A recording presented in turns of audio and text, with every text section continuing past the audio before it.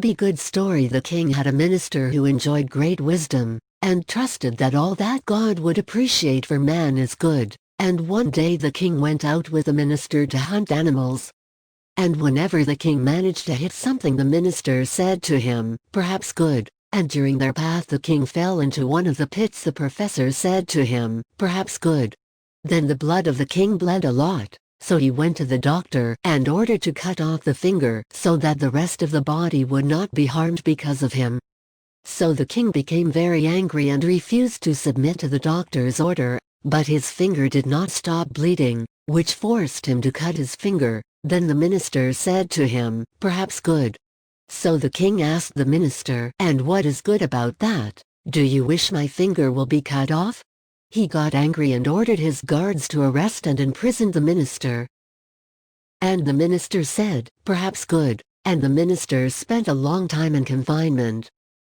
One day, the king went out hunting with his guards, and fell into the hands of a group of people who worship idols.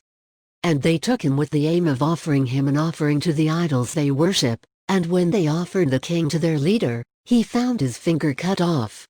So he ordered to leave him and return him from where he came, because the offering must be correctly without a cause. Then the king returned to the palace cheering miraculously to deliver his death from death.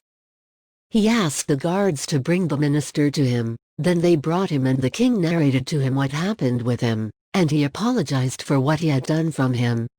Then he asked him about the reason for saying, "Perhaps good," when the guards ordered that they imprison him. So the wise minister told them that if he had not imprisoned him, he would have accompanied him with him in hunting as he usually does, and it will be an offering to idols instead of him. And the minister told them that when God takes something from man, he will be tested by God, and for good that the servant does not know. So the king rejoiced greatly and said, "Perhaps it is good."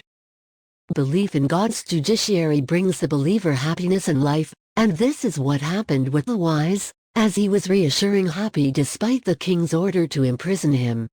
And his command was not offset by resentment or anger, but by believing that God would choose the best for him, just as faith in God's judgment calls for optimism when the difficulties are severe, because it means that the fulfillment of relief and victory will be achieved according to the promise of God. Glory be to him. And that happened when the king fell in more than one hardship before he survived.